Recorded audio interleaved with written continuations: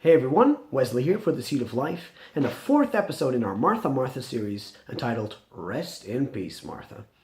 In the last three episodes, we've been looking at the Martha mindset about laboring and working for God from the flesh and why that was wrong. And in this episode, we're going to see how can we put that to rest and why, again, should we put that to rest. In Luke 17, verse 26 and 27, we see the cost of following Jesus as a disciple. And Jesus says there, "If anyone comes to me and does not hate his own father and mother and wife and children and brothers and sisters, yes, and even his own life, he cannot be my disciple. Whoever does not bear his own cross and come after me cannot be my disciple." This is a very clear teaching, which is very extreme. It's basically saying everything in your life, your brother, your father, your mother, your sister, your own life, you're going to have to deny all of that. You're going to have to lay that down. That's going to have to die. Otherwise, you cannot be a disciple of Jesus Christ. And this is exactly what is confronting that Martha spirit. The Martha mindset, the Martha spirit says, if I work hard enough, I please God. If I work hard enough, I'll earn that blessing. If I give more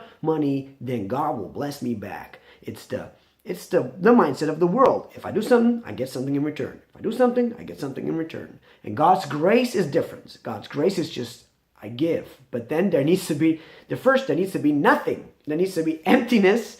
Everything you're holding in your hand, throw it out. Then I can give you something. But in between, you have nothing in your hands. And that's exactly what it says here. It talks about dying to the self. We see in the New Testament, it talks about resurrection life, resurrection power, the new life, the new creation. But we got to remember, there is no resurrection without the cross. So if we want resurrection life, first, we need to die.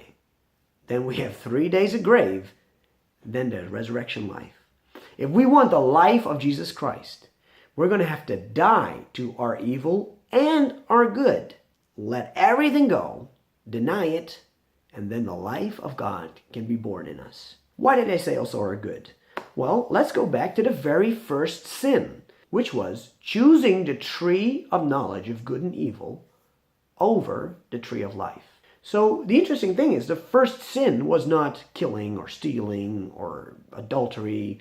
It was mankind deciding that they wanted to decide good and evil. They wanted to be in charge of that. And the interesting thing is that Eve was seduced not by the evil of the tree, but by the good of it. It says when she saw that it was good for the eyes, that it would make one wise. Eve desired it for the power to control that good. And that's exactly what the Martha mindset does. It wants to have control over its own good that it does and the good that comes to it. It's like, if I do this, then I get this in return. Yeah. Or, I can do this really well. This is really good. It's really putting confidence in the flesh, which is death. So this first sin, or the root of all sin, is glorifying the self above God. And the very interesting thing is, if we look at the life of Jesus, Jesus was sinless, it says. He had a sinless self. Yet, even Jesus laid down his self. When he was baptized and he came up and he says, I do nothing of my own, but I only do what the Father do. It's not I who do the works, it's the Father who does them in me.